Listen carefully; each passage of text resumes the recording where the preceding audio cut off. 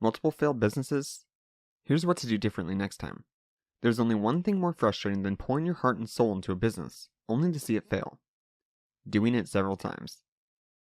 Launching one venture after another, truly giving it your all, only to ultimately realize that it's going nowhere. Each time this happens, you begin to feel worse and worse about this whole entrepreneurship thing. It seems so far out of reach, and you have no idea what can possibly be going wrong so many times. Why it appears so easy to everyone else, but regardless of how hard you work, you just can't seem to pull it off. Maybe you even start believing that you've been lied to, and this is all a huge scam. Don't worry. I know how this feels because it's something I went through myself. It took me years before I began attaining any success at all, and I've had a huge number of failures between them. The fact of the matter is, even if you do everything right, and you have a solid strategy in place, things still may not work out. Other times, the shortcomings may be caused by your mindset, a lack of motivation, poor time management skills, or unconsciously setting mental hurdles that make your entrepreneurial journey more difficult. If any of this sounds like it applies to you, listen on. This may be one of the most important articles you've come across. We're going to analyze the root cause of business failures in more detail, and develop a plan that will ensure with absolute certainty that you will achieve success with future ventures. Let's begin with the first step. 1. Find a business model and market that's proven. Some businesses will never succeed, no matter how well executed your strategy is. You could be the world's most knowledgeable person about business, have hundreds of thousands of dollars of capital to work with, and work 18-hour days, day in and day out, ultimately to end up with nothing. Starting a business around something is only a wise decision if the marketplace has determined that there is a demand for the product or services at hand.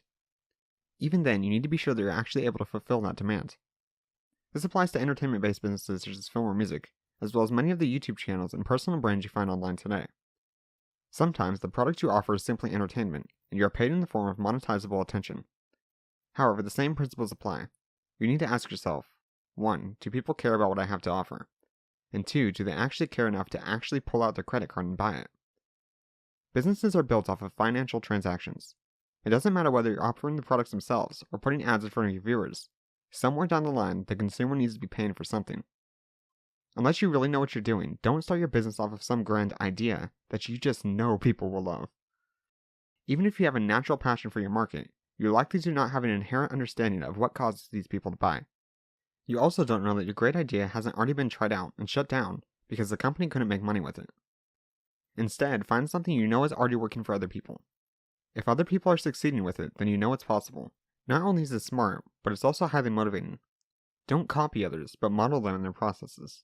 Sometimes, being able to see that there is, in fact, a light at the end of the tunnel will show you that success is on its way. 2. Control the platform, control the process. Next, ensure that you actually retain control over your company, and it's not based around one external factor that can completely wipe you out on its own. This means that you shouldn't build your business solely on an external platform. For example, I highly recommend against selling on Amazon, releasing books on Kindle, publishing courses on Udemy, building a YouTube channel around maximizing AdSense revenue, niche Instagram pages to be monetized through sponsorship and influencer marketing deals, and so on. But wait, James, you may say. Hundreds of thousands of people are building massive companies this way. Some of them have already had a successful exit and have retired. You're right. But there's 2 problems here. 1, most of them don't. Most people fail and end up making ultimately no revenue. They rely on the platform to make up for their poor marketing or business skills, and the platform fails them. Or 2, the people do succeed. They start making an impressive amount and their businesses grow to be very profitable. Unfortunately, this usually leads to that platform owning that person's entire life. The platform can shut them down at any moment without any warning and completely ruin them in an instant. Even if they play by all the rules. It happens every day and it's very scary. Now look, I'm not inherently against any of the things I've just mentioned. They only become an issue when somebody builds their entire business around them, rather than using them as part of a strategy. I sell on Amazon myself, and even offer a course teaching Kindle publishing. My courses are on Udemy right now. However, while I appreciate the revenue that these platforms generate, I take steps to ensure that those platforms do not own me, and are not given too much power over my business. My own marketing efforts are almost always channeled towards my own websites, and the marketplaces are used to make new people aware of my brand, and bring new customers into my ecosystem here. It's far better to build something slowly that will still be around 10 years from now, than to build something quickly and gamble with losing it forever. Especially if you succeed. 3. Operate lean and keep overhead low. When your track record of successful businesses isn't particularly good, you want to do everything you can to minimize risk going forward. This means keeping your costs low, especially the recurring costs required to keep your business afloat. While needing money right away can be a great motivator to take large amounts of action, you should already be doing that anyway.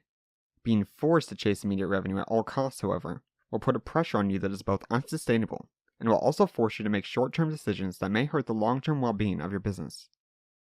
At the same time, pursuing the lean startup model ensures you can make adjustments quickly and without investing too many resources. When something isn't going to work, you'll find out right away and can focus more quickly on other projects. The idea is that you build minimum viable products or minimum viable projects. Then you release these out into the marketplaces, testing them out and using feedback you receive to tweak and improve your offerings. Again, there is nothing worse than pouring a lot of time, energy, and money into something, only to see it fail. It's far better to have an idea on how your project will turn out early on, so you can take the appropriate action. 4. Ensure there's room to scale. Everything we've talked about so far has been about avoiding failure, crumbling to zero. Let's switch gears for a moment and talk about something different, an upper ceiling. Depending on the market you've chosen to enter into, there may already be a limit on how much you can actually earn, and this limit may be lower than you think. After all, there are only so many people in the world that are willing to spend money on certain things. Once you've reached all those people, there's not much more you can do. This is why restaurant chains like Applebee's or Subway are billion-dollar brands, and your local small restaurant, even if it's always packed with customers, has not made its owners extremely wealthy. There's only so many people that they can reach, and they have not been able to scale that. In my experience, you should always go for something that has room to scale, a large market, a diverse set of products you can offer, and new people constantly becoming interested in what you have to offer. These markets may be a little bit more competitive, but this is a good sign. It means that other people have come to the same conclusions, and it is a way of validating that successful businesses are being built in that area. 5. Build your work around something you enjoy. Finally, it's extremely important to build something in a market that you enjoy. When you failed already, it can be extremely discouraging, especially if you had high financial hopes for the company. Even if the market is right and the business model is proven, you've got to be able to stick with it long enough to see success. Chasing dollars is important, and I would never suggest you work hard without expecting a financial reward in return. However, everything is made so much easier when you're getting something out of what you're doing, even before the money starts rolling in. This could be happiness from actually enjoying the work, or it could be inner fulfillment from doing work that aligns with your life purpose. A few years ago, I took a break from blogging for a while because I had lost a child that I was taking care of and went through a string of family issues. It hurt me in my life like nothing else had before, and I would never wish that pain upon anybody. I started a company in the extremely competitive parenting market, caring little about how profitable the company would become. The pain of losing what felt like my daughter at the time was so strong, I would do anything to prevent someone else from feeling that. While I couldn't magically fix those problems in the world, I can do work to help bring families a little closer together, something I was missing dearly. I worked at that new company and I worked hard, 18-hour days all the time. Pure and utter relentlessness on my part. And the company grew. However, the work ended up becoming less about helping families and more working behind spreadsheets, negotiating business deals, and other corporate headaches. The purpose and mission was still there, but I had a hard time feeling it. The company is still doing well, but I returned here because it's what I genuinely love. It was something I was doing before, when I had the option to do anything. It's where I truly feel at home. Additionally, my goal is that by the time I'm able to have children again, I won't have to go to work and be away from them. Every step I take towards this business and my personal brand brings me closer to that. It's extremely rewarding. I also believe that any advice I share here that you will use to improve your life, you will also pass on to those around you. I want you to lift yourself up so you can lift up others. I want you to be able to spend more time with your family just as I hope to do with mine. Conclusion.